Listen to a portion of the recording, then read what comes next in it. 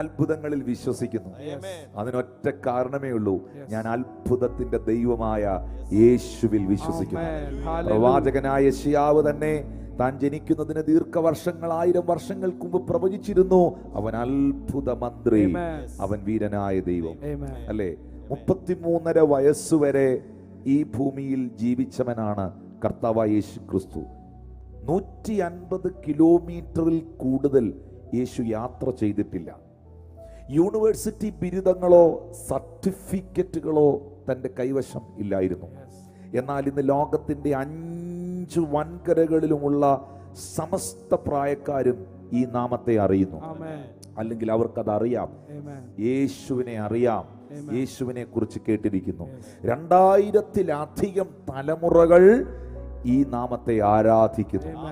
ഓർത്തു നോക്കിയേ, 2000-ലധികം തലമുറകൾ ആരാധിക്കുന്ന, ഇന്ന് രാത്രിയിലും നാം ആരാധിക്കുന്ന, എന്നാൽ യൂണിവേഴ്സിറ്റി ബിരുദങ്ങളോ മറ്റ് സർട്ടിഫിക്കറ്റുകളോ ഒന്നും കയ്യിലില്ലാത്ത, ലോകത്തിലെ സമസ്ത പ്രായക്കാരും വാഴ്ത്തി വണങ്ങുന്ന, 150 കിലോമീറ്ററിൽ കൂടുതൽ യാത്ര ചെയ്തിട്ടില്ലാത്ത യേശു കർത്താവിനെ കുറിച്ച് ഇന്ന് രാത്രി പറയാൻ വാക്കുകൾ പോരാ പ്രിയപ്പെട്ടവരെ.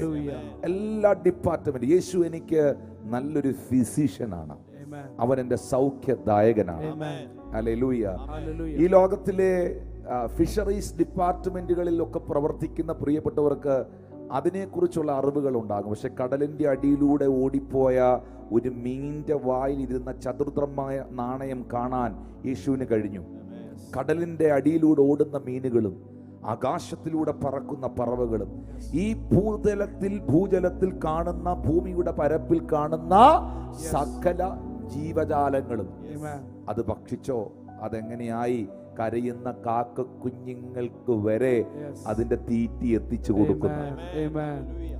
Hallelujah, hallelujah. സർവശക്തനാകുന്ന ദൈവം.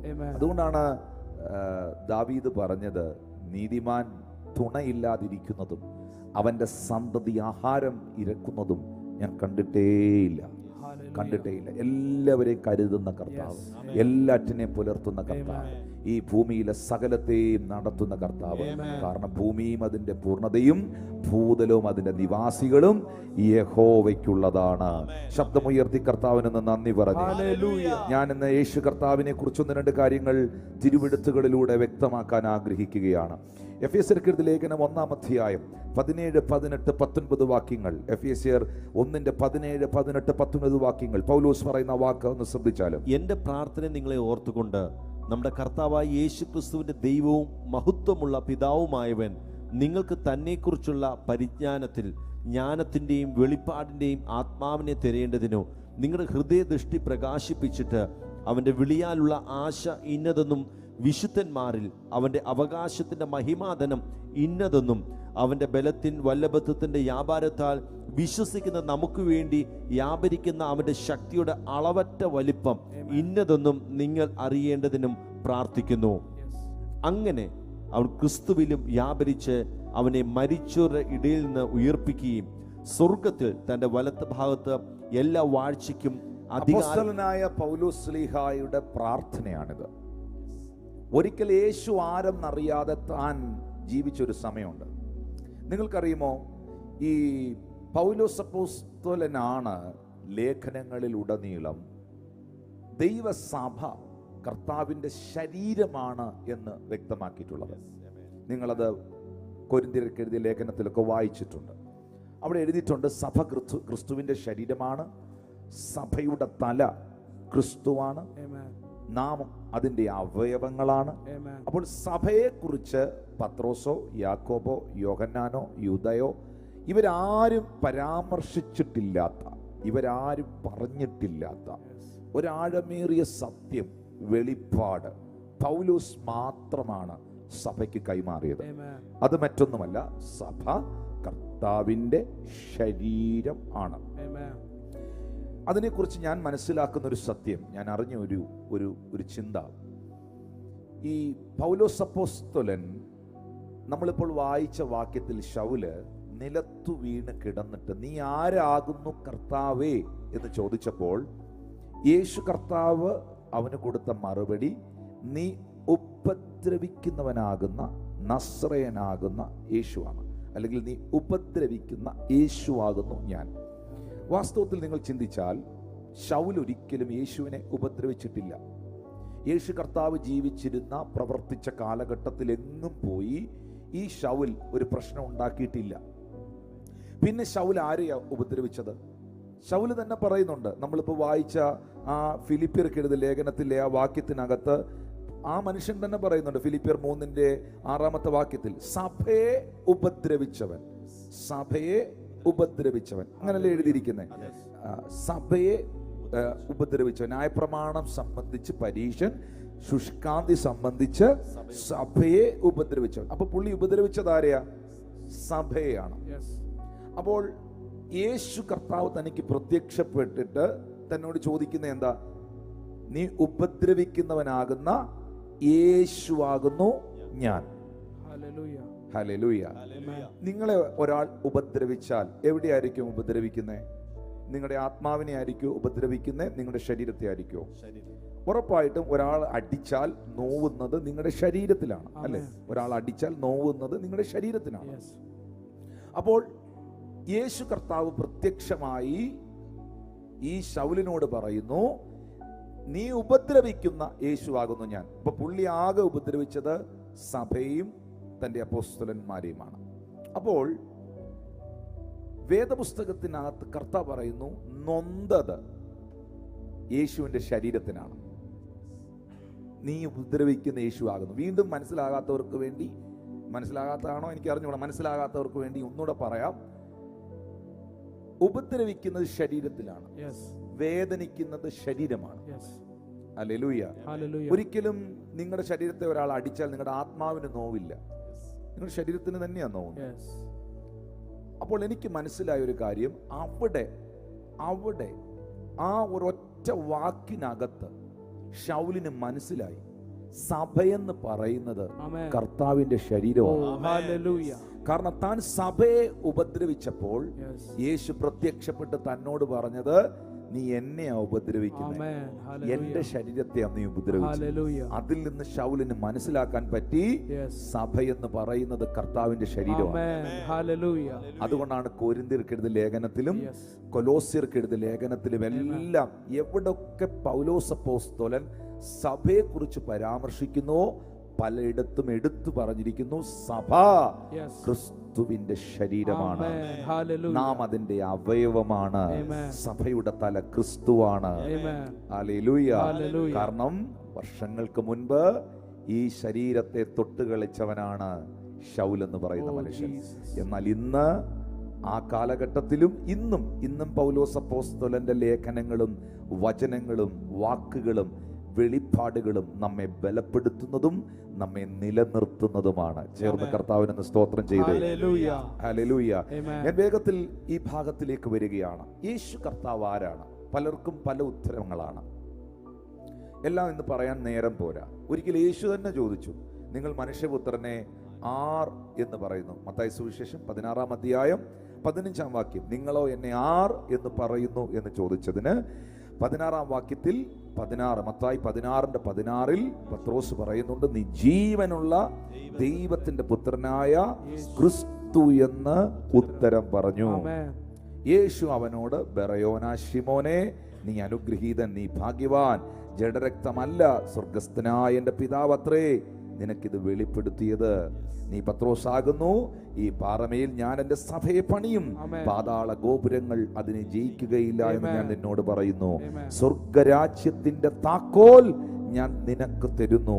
നീ ഭൂമിയിൽ കെട്ടുന്നതെല്ലാം സ്വർഗത്തിലും കെട്ടപ്പെട്ടിരിക്കും, നീ ഭൂമിയിൽ അഴിക്കുന്നതെല്ലാം സ്വർഗത്തിലും അഴിഞ്ഞിരിക്കും. ഇവിടെ പത്രോസ് അപ്പോസ്തലൻ വളരെ വ്യക്തമായ 16 വാക്യത്തിൽ പറയുന്നുണ്ട്, നീ ജീവനുള്ള ദൈവത്തിന്റെ പുത്രനായ ക്രിസ്തു. എഴുതിയെടുക്കുന്നവർക്ക് എഴുതിയെടുക്കാം, ലൈവ് ചാറ്റിൽ ചാറ്റ് ചെയ്യേണ്ടവർക്ക് ചാറ്റ് ചെയ്യാം. Jesus Christ is the son of God. എല്ലാരും ഒന്ന് വാ തുറന്ന് പറഞ്ഞ് യേശു ക്രിസ്തു ദൈവത്തിന്റെ ഏകജാതനായ പുത്രൻ. ഒരിക്കൽ കൂടെ ഒന്ന് ഉറക്കെ പറഞ്ഞ് യേശു ക്രിസ്തു ദൈവത്തിന്റെ ജീവനുള്ള ദൈവത്തിന്റെ, ഒന്നുകൂടെ പറഞ്ഞ് ജീവനുള്ള ദൈവത്തിന്റെ ഏകജാതനായ പുത്രൻ. Hallelujah, hallelujah. യോഹന്നാൻ സുവിശേഷം 1-ാം അധ്യായം 14-ാം വാക്യത്തിൽ എഴുതിയിരിക്കുകയാണ്, വചനം ജഡമായി തീർന്നു, കൃപയും സത്യവും നിറഞ്ഞവനായി നമ്മളുടെ ഇടയിൽ പാർത്തു, ഞങ്ങൾ അവന്റെ തേജസ് പിതാവിൽ നിന്ന് ഏകജാതനായവന്റെ തേജസ്സായി കണ്ടു. വചനം ജഡമായി തീർന്നു, കൃപയും സത്യവും നിറഞ്ഞവനായി നമ്മളുടെ ഇടയിൽ പാർത്തു, ഞങ്ങൾ അവന്റെ തേജസ് പിതാവിൽ നിന്ന് ഏകജാതനായവന്റെ തേജസ്സായി കണ്ടു. Hallelujah, hallelujah. വചനം ജഡമായി തീർന്നവൻ, കൃപയും സത്യവുമായി തീർന്നവൻ, ഈ ഭൂമിയിൽ ഒരു തേജസ്സായി മാറിയവൻ ദൈവപുത്രനായ യേശു ക്രിസ്തുവാണ്.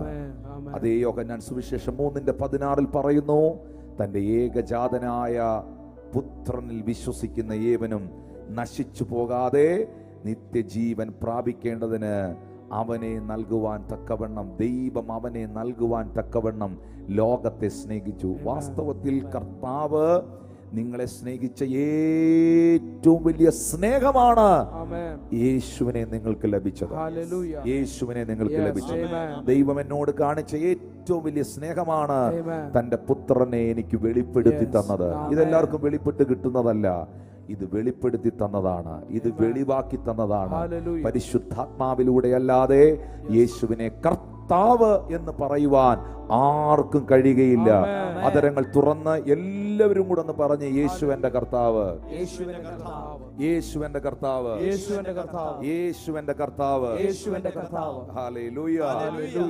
ഇത് യേശു കർത്താവിന്റെ ജനനത്തിനൊക്കെ മുൻപ് തന്നെ പ്രവാചകനായ യെശയ്യാ പ്രവാചകന്റെ പുസ്തകം 9-ാം അധ്യായത്തിന്റെ 6-ാം വാക്യത്തിനകത്ത് പ്രവാചകൻ വെളിപ്പെടുത്തിയിരിക്കുകയാണ്, നമുക്കൊരു ശിശു ജനിച്ചിരിക്കുന്നു, നമുക്കൊരു മകൻ നൽകപ്പെട്ടിരിക്കുന്നു.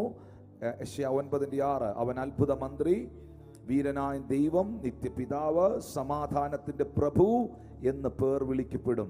ഞാൻ യേശു ജീവനുള്ള ദൈവപുത്രൻ എന്ന് ഈ പ്രപഞ്ചത്തിൽ, ഈ ഭൂമിയിൽ ആരൊക്കെ അത് വെളിപ്പെടുത്തി എന്നുള്ളത് മാത്രം ഒന്ന് പറയാൻ പോവുകയാണ്. ഒന്നാമതായി പിതാവായ ദൈവം ഇത് വെളിപ്പെടുത്തി. യേശു ജീവനുള്ള ദൈവമെന്നും അവൻ ദൈവത്തിന്റെ പുത്രനെന്നും. മത്തായി സുവിശേഷം 3-ാം അധ്യായം 17-ാം വാക്യം. മത്തായി സുവിശേഷം 3-ാം അധ്യായം 17-ാം വാക്യം. ഇവൻ എൻ്റെ പ്രിയപുത്രൻ, ഇവനിൽ ഞാൻ പ്രസാദിച്ചിരിക്കുന്നു എന്ന് സ്വർഗത്തിൽ നിന്ന് ഒരു ശബ്ദം ഉണ്ടായി. സ്വർഗത്തിലെ ദൈവം ഇത് വെളിപ്പെടുത്തുകയാണ്. യേശു ദൈവത്തിന്റെ പ്രിയപുത്രൻ, ഇവൻ എൻ്റെ പ്രിയപുത്രൻ. Hallelujah. This is my beloved son. ഞാൻ അവനിൽ പ്രസാദിച്ചിരിക്കുന്നു. മത്തായി 17:5 കൂടെ ഒന്ന് നോക്കാവോ? മത്തായി 17:5 വാക്യം കൂടെ നോക്കാവോ? അവിടെ എഴുതിയിട്ടുണ്ട്, മത്തായി 17:5, അവൻ പറയുമ്പോൾ തന്നെ പ്രകാശമുള്ളൊരു മേഘം അവരുടെ മേൽ നിഴലിട്ടു, മേഘത്തിൽ നിന്ന് ഇവൻ എൻ്റെ പ്രിയപുത്രൻ, ഇവങ്കൽ ഞാൻ പ്രസാദിക്കുന്നു, ഇവന് ചെവി കൊടുപ്പീൻ എന്നൊരു ശബ്ദമുണ്ടായി. അപ്പോൾ പിതാവായ ദൈവം പരസ്യമായി പ്രഖ്യാപിക്കുകയാണ്, Jesus Christ is the son of God. ദൂതന്മാർ ഇത് വെളിപ്പെടുത്തി, ദൈവദൂതന്മാർ ഇത് വെളിപ്പെടുത്തി. ലൂക്കോസ് സുവിശേഷം 1-ാം അധ്യായം 32-ാമത്തെ വാക്യം. സമയമില്ലാത്തത് കൊണ്ട് 2 വാക്യങ്ങൾ വായിക്കുവാനേ നേരമുള്ളൂ. ദൂതന്മാരുടെ വെളിപ്പെടുത്തലുകൾ ഒത്തിരി ഉണ്ട്. അതിൽ പ്രധാനമായി ലൂക്കോസ് 1:32-ഉം 35-ഉം ദൂതൻ പറയുകയാണ് മറിയത്തോട്, അവൻ വലിയവനാകും, യേശു വലിയവനാകും. ഇന്ന് ഷിജിൻ ബ്രദറും സഹോദരന്മാരും പാടിയില്ലേ, യേശു വലിയവൻ, അത്ഭുതത്തെ ചെയ്യുന്നവനെന്ന്. ഇത് ദൂതന്മാർ പറഞ്ഞതാണ്. ദൂതൻ പറഞ്ഞു, അവൻ വലിയവനാകും, അത്യുന്നതന്റെ പുത്രൻ എന്ന് വിളിക്കപ്പെടും. Hallelujah, hallelujah. And shall we call the son of the highest. Hallelujah.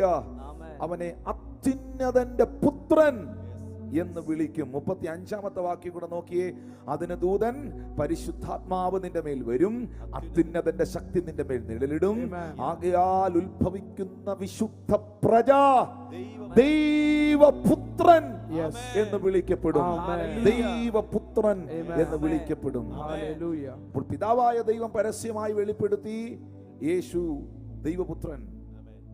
ദൂതന്മാർ വെളിപ്പെടുത്തുന്നു യേശു ജീവനുള്ള ദൈവപുത്രൻ. യേശു തന്നെ സെൽഫായും വ്യക്തിപരമായും ഒരു സാഹചര്യത്തിൽ ഇത് പറഞ്ഞു. അങ്ങനെ പലയിടത്തും കർത്താവ് ഇത് വെളിപ്പെടുത്താൻ ആഗ്രഹിച്ചില്ലായിരുന്നു. പിശാചും കർത്താവിന്റെ അടുക്ക വന്ന് ഇങ്ങനെ പറഞ്ഞായിരുന്നു. പിശാചിന് അറിയായിരുന്നു യേശു ദൈവമാണെന്നും ദൈവപുത്രനാണെന്നും. പിശാച് വന്ന് പറഞ്ഞു, നീ ദൈവപുത്രനാണെങ്കിൽ ഈ കല്ലിനോട് അപ്പമായി തീരാൻ കൽപ്പിക്കാന്നൊക്കെ പറഞ്ഞു. പക്ഷേ കർത്താവ് പിശാചിന്റെ മുമ്പിൽ അവനൊന്നും തെളിയിക്കാനില്ലായിരുന്നു. ഹല്ലേലൂയ. എന്നാൽ ഒരു സമയത്ത് യേശു കർത്താവ് ഇത് താൻ തന്നെ വെളിപ്പെടുത്തി. അത് യോഹന്നാൻ 10:36 യോഹന്നാൻ 10:36 വാക്യത്തിൽ യേശു തന്നെ ഇത് താൻ ആരാണെന്നുള്ളത് വെളിപ്പെടുത്തുന്നു. ഞാൻ ദൈവത്തിന്റെ പുത്രൻ എന്ന് പറഞ്ഞതുകൊണ്ട് നീ ദൈവദൂഷണം പറയുന്നു എന്ന് പിതാവ് വിശുദ്ധീകരിച്ച് ലോകത്തിൽ അയച്ചവനോട് നിങ്ങൾ പറയുന്നുവോ? യേശു തന്നെ പറയുകയാണ്, ഞാൻ പിതാവിനാൽ വിശുദ്ധീകരിക്കപ്പെട്ട് ലോകത്തിലേക്ക് അയക്കപ്പെട്ടവനാണ്. ഞാൻ ദൈവത്തിന്റെ പുത്രൻ എന്ന് പറഞ്ഞതുകൊണ്ട് ഞാൻ ദൈവദൂഷണം പറയുകയല്ല. അതിന് 35-36 വാക്യങ്ങൾ നിങ്ങൾ നോക്കിയാൽ നിങ്ങൾ കാണാൻ കഴിയും. ദൈവത്തിന്റെ അരുളപ്പാടുണ്ടായവരെ ദേവന്മാരെന്ന് പറഞ്ഞുവെങ്കിൽ തിരുവെഴുത്തിന് നീക്കം വന്നുകൂടായല്ലോ. 36-ാമത്തെ വാക്യത്തിൽ ഞാൻ ദൈവത്തിന്റെ പുത്രൻ എന്ന് പറഞ്ഞതുകൊണ്ട്, അപ്പോൾ യേശു തന്നെ പറഞ്ഞു, യേശു ആരാണ്? ദൈവത്തിന്റെ പുത്രൻ. ഇത്രയും നിങ്ങൾ പറഞ്ഞതിനൊന്നും നിങ്ങൾ ആമീൻ പറഞ്ഞില്ലെങ്കിൽ പൈശാചിക ലോകം ഇത് അംഗീകരിക്കുന്നു. ദൂതന്മാർ ഇത് ഡിക്ലെയർ ചെയ്യുന്നു, സ്വർഗം ഇത് ഡിക്ലെയർ ചെയ്യുന്നു, ഏഞ്ചൽസ് ഇത് ഡിക്ലെയർ ചെയ്യുന്നു. ഇതിലെല്ലാം ഉപരിയായി പൈശാചിക ലോകം, ഡീമോണിക് വേൾഡ് ഇത് വിശ്വസിക്കുകയും ഇത് പ്രഖ്യാപിക്കുകയും ചെയ്തു. വായിക്കാം ലൂക്കോസ് സുവിശേഷം 4-ാം അധ്യായം 41-ാം വാക്യം. ലൂക്കോസ് സുവിശേഷം 4-ാം അധ്യായം 41-ാം വാക്യം. അവിടെ എഴുതിയിരിക്കുന്നു, പലരിൽ നിന്നും ഭൂതങ്ങൾ നീ ദൈവപുത്രനായ ക്രിസ്തു എന്ന് നിലവിളിച്ചു പറഞ്ഞുകൊണ്ട് പുറപ്പെട്ടു പോയി. ഭൂതങ്ങൾ എന്താണ് യേശുവിനെ വിളിച്ചത്? നീ ദൈവപുത്രനായ ക്രിസ്തു എന്ന് നിലവിളിച്ചു പറഞ്ഞുകൊണ്ട് പുറപ്പെട്ടു പോയി. താൻ ക്രിസ്തു എന്ന് അവ അറിയുക കൊണ്ട്, പിശാചിനറിയാം അവൻ ക്രിസ്തുവാണെന്ന്, പിശാചിനറിയാം യേശു അഭിഷിക്തനാണെന്ന്, പിശാചിനറിയാം യേശു ദൈവവും ദൈവപുത്രനുമാണെന്ന്. അവ അറിയുക കൊണ്ട് മിണ്ടാൻ അവൻ സമ്മതിക്കാതെ അവയെ ശാസിച്ചു. പലപ്പോഴും ഞാനതാ നേരത്തെ പറഞ്ഞു, യേശു ദൈവമാണെന്നും ദൈവപുത്രനാണെന്നും വെളിപ്പെടുത്താൻ പലപ്പോഴും യേശു ആഗ്രഹിച്ചില്ല. അങ്ങനെ അത് വെളിപ്പെട്ടു പോയാൽ ദൈവത്തിന്റെ പദ്ധതി നടക്കില്ല, ക്രൂശീകരണം നടക്കില്ല. സ്വർഗീയ പദ്ധതികൾ ഈ ഭൂമിയിൽ ആ സമയത്ത് നിറവേറപ്പെടുകയില്ല. അതുകൊണ്ട് യേശു കർത്താവ് പലയിടത്തും ഒഴിഞ്ഞു മാറുന്നത് നമുക്കറിയാം. അപ്പവും മീനും വർദ്ധിപ്പിച്ചു കഴിഞ്ഞപ്പോൾ, വലിയ അത്ഭുതം അവിടെ നടന്നു കഴിഞ്ഞപ്പോൾ, ജനമെല്ലാം കൂടെ ചേർന്ന് യേശുവിനെ രാജാവാക്കുവാൻ ഭാവിച്ചു. എല്ലാവരും കൂടെ ചേർന്ന് ഡിസൈഡ് ചെയ്തു യേശുവിനെ രാജാവാക്കുവാൻ. ബൈബിൾ പറയുന്നു, അവൻ അവരുടെ ഇടയിൽ നിന്ന് ഒഴിഞ്ഞു പോയി മലയിൽ കയറി ആ രാത്രിയിൽ പിതാവിനോടുകൂടെ പ്രാർത്ഥനയിൽ സമയം ചെലവഴിച്ചു. കാരണം ജനം അവനെ രാജാവാക്കണ്ട, അവൻ അറിയാമായിരുന്നു അവൻ രാജാക്കന്മാരുടെ രാജാവും അവൻ രാജാതി രാജാവുമെന്ന്. ഹല്ലേലൂയ. അവൻ ദൈവമെന്ന്, അവൻ ദൈവപുത്രനെന്ന്. ഇനി മത്തായിയുടെ സുവിശേഷം 8-ാം അധ്യായത്തിന്റെ 29-ാം വാക്യത്തിലേക്ക് വരുമ്പോൾ അവിടെയും പൈശാചിക ലോകം, ഡിമോണിക് വേൾഡ്, യേശു ദൈവമെന്നും ദൈവപുത്രനെന്നും വെളിപ്പെടുത്തുന്നത് നമുക്ക് കാണാൻ കഴിയുന്നുണ്ട്. അവർ നിലവിളിച്ചു, ദൈവപുത്ര, ഞങ്ങൾക്കും നിനക്കും തമ്മിൽ എന്ത്? സമയത്തിന് മുൻപേ ഞങ്ങളെ ദണ്ഡിപ്പിക്കുവാൻ ഇവിടെ വന്നുപോയെന്ന് പറഞ്ഞു. ഇത് പറഞ്ഞത് ആരാന്നറിയാമോ? ലഗ്യോൻ ബാധിച്ചവൻ. 6000 ഭൂതങ്ങൾ ഒറ്റ ശബ്ദത്തിൽ കോറസായി ചേർന്ന് പറയുകയാണ്, ദൈവപുത്ര, സൺ ഓഫ് ഗോഡ്, സമയത്തിന് മുൻപേ നീ ഞങ്ങളെ ദണ്ഡിപ്പിക്കുവാൻ വന്നിരിക്കുന്നുവോ? കാരണം പിശാചുക്കൾക്ക് അറിയാം അവനെ തീർക്കേണ്ടത് യേശുവാണ്, അവനെ ജഡ്ജ് ചെയ്യുന്നത് യേശുവാണ്. കർത്താവായ യേശുവിന്റെ കൽപ്പനയാൽ ഒരു ദൂതൻ ഇറങ്ങി വന്ന ചെങ്ങലയാൽ ബന്ധിച്ച് ഇവറ്റകളെ തീപ്പൊയ്കയിലേക്ക് വലിച്ചെറിയപ്പെടുന്ന ഒരു ദിവസമുണ്ടാകും. സാത്താനും അവന്റെ കൂട്ടരും തീപ്പൊയ്കയിലേക്ക് വീഴുന്ന ഒരു ദിവസമുണ്ടാകും.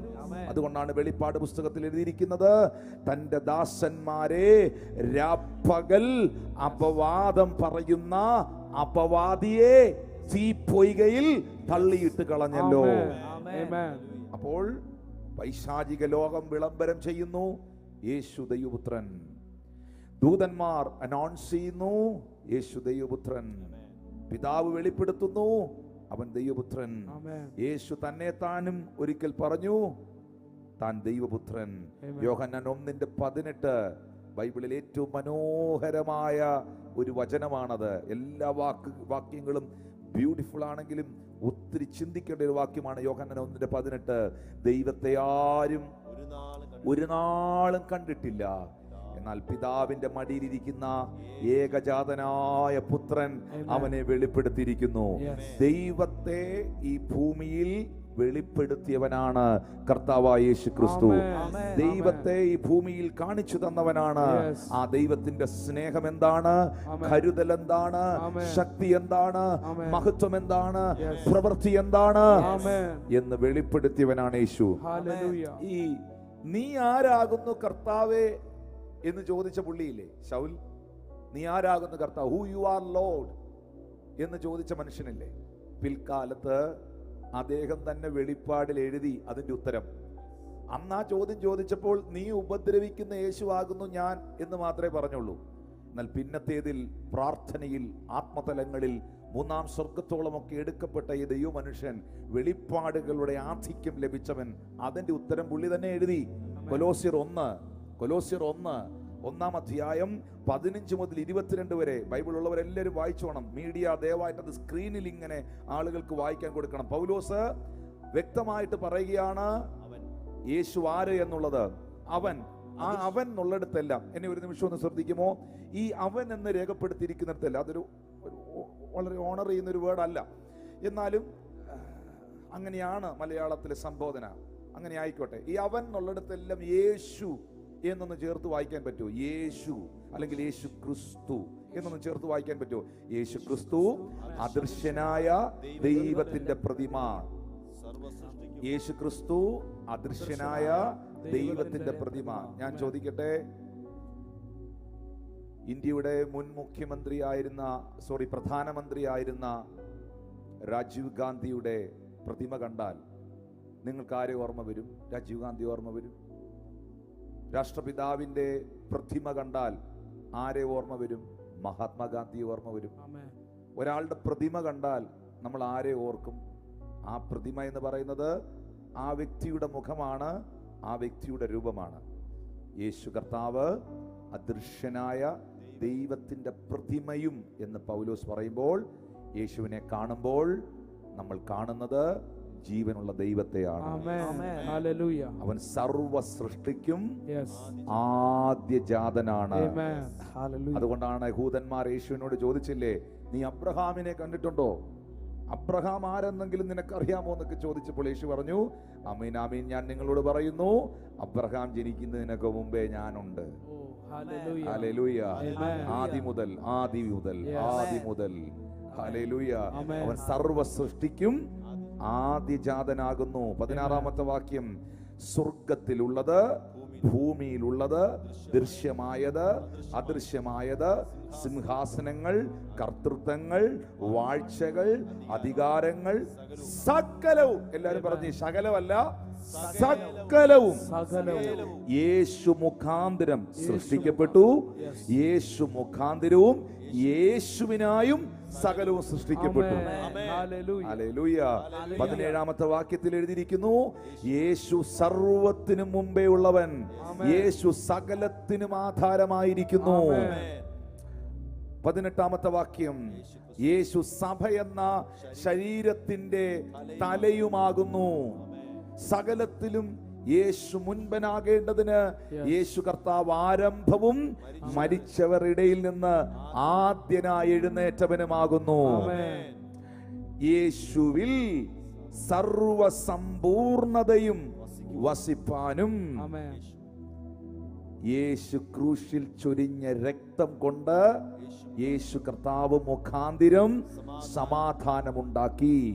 ഭൂമിയിലുള്ളതോ സ്വർഗത്തിലുള്ളതോ സകലത്തെയും യേശു ക്രിസ്തുവിനെ കൊണ്ട് നിരപ്പിക്കുവാൻ പിതാവിന് പ്രസാദം തോന്നി. Hallelujah, hallelujah. പ്രിയപ്പെട്ടവരെ, യേശു ക്രിസ്തു ആര് എന്ന് 21-ാം വാക്യം, അടുത്ത വാക്യങ്ങളിലേക്ക് വരിക. മുൻപേ ദുഷ്പ്രവർത്തികളാൽ മനസ്സുകൊണ്ട് അകന്നവരും ശത്രുക്കളുമായിരുന്ന നിങ്ങളെ യേശുവിന്റെ മുൻപിൽ വിശുദ്ധരും നിഷ്കളങ്കരും കുറ്റമില്ലാത്തവരുമായി നിർത്തേണ്ടതിന് യേശു കർത്താവ് ഇപ്പോൾ തന്റെ ജഡശരീരത്തിൽ തന്റെ മരണത്താൽ നിരപ്പിച്ചു. ആകാശത്തിൻ കീഴെ സകല സൃഷ്ടികളുടെയും ഇടയിൽ ഘോഷിച്ചും പൗലോസ് എന്ന ഞാൻ ശുശ്രൂഷകനായി തീർന്നും നിങ്ങൾ കേട്ടുമിരിക്കുന്ന സുവിശേഷത്തിന്റെ പ്രത്യാശയിൽ നിന്ന് നിങ്ങൾ ഇളകാതെ അടിസ്ഥാനപ്പെട്ടവരും സ്ഥിരതയുള്ളവരും വിശ്വാസത്തിൽ നിലനിന്നുകൊണ്ടാൽ അങ്ങനെ യേശു കർത്താവിന്റെ മുൻപിൽ നിങ്ങൾ നിൽക്കും. നോക്കിയേ, ഇനി ഈ യേശു ക്രിസ്തു ആര് എന്നുള്ള ഒരു റെവലേഷൻ അപ്പോസ്തലനായ പൗലോസ് ശ്ലീഹ കൊലോസ്യർ 1 നമുക്ക് നൽകി തന്നു, അല്ലേ? ഇനി കൊലോസ്യർ 2 വന്നേ, വീണ്ടും പറയുന്നു, തീരത്തിൽ ഇത് യേശു ആരെന്നുള്ള തന്റെ റെവലേഷൻ. നീ ആരാകുന്നു കർത്താവ് എന്ന് ചോദിച്ച മനുഷ്യന് നല്ല വൃത്തിയായിട്ട് കർത്താവ് വെളിപ്പെടുത്തി കൊടുത്തു താൻ ആരാണ്. ഹല്ലേലൂയ. 2-ാം അധ്യായത്തിന്റെ 9-ാം വാക്യം നോക്കിയേ, 9-ാം വാക്യം നോക്കിയേ. അവനിലല്ലോ, ഈ അവൻ എന്ന് പറയുന്നിടത്തല്ല യേശു ക്രിസ്തു എന്ന് ചേർത്ത് വായിക്കുന്നല്ലായിരിക്കും. അവനിലല്ലോ, യേശു ക്രിസ്തുവിലല്ലോ ദൈവത്തിന്റെ സർവസമ്പൂർണതയും ദേഹരൂപമായി വസിക്കുന്നത്. അപ്പൊ അവിടെ ഒരു കാര്യം നമ്മൾ മനസ്സിലാക്കണം, യേശു കർത്താവ് പകുതി ദൈവവും പകുതി മനുഷ്യനുമല്ല. യേശു ഈ ഭൂമിയിലായിരുന്നപ്പോൾ ഒരു ഭാഗത്ത് താൻ പൂർണ്ണ മനുഷ്യനും പൂർണ്ണ ദൈവമായിരുന്നു. എന്നാൽ ഇപ്പോൾ കൊലോസ്യർ 2:9 പ്രകാരം മനസ്സിലാക്കണം, യേശുവിലാണ് ദൈവത്തിന്റെ സർവ സമ്പൂർണതയും. അപ്പോൾ ഈ വാക്ക് നിങ്ങളൊന്ന് ടൈപ്പ് ചെയ്യാൻ പറ്റുമെങ്കിൽ ടൈപ്പ് ചെയ്യണം, പറയാൻ പറ്റുമെങ്കിൽ വാഗൊണ്ട് പറയുന്ന ഒരു ബ്ലെസ്സിങ്ങാ. പിശാചിനത് കേൾക്കുന്നത് തന്നെ അസ്വസ്ഥതയാ. വാ തുറന്ന് പറയണം, യേശു പൂർണ്ണതയുള്ള ദൈവം, പൂർണ്ണതയുള്ള ദൈവം. യേശു പരിപൂർണനായ ദൈവം, പരിപൂർണനായ ദൈവം. പറഞ്ഞില്ലല്ലേ? കണ്ണ് തുറന്ന് ആ വാക്യം ഒന്നുകൂടെ നോക്കിയേ. അവനിലല്ലോ, യേശുവിലല്ലോ ദൈവത്തിന്റെ സർവസമ്പൂർണതയും ദേഹരൂപമായി വസിക്കുന്നത്. ദൈവത്തിന്റെ പൂർണ്ണത,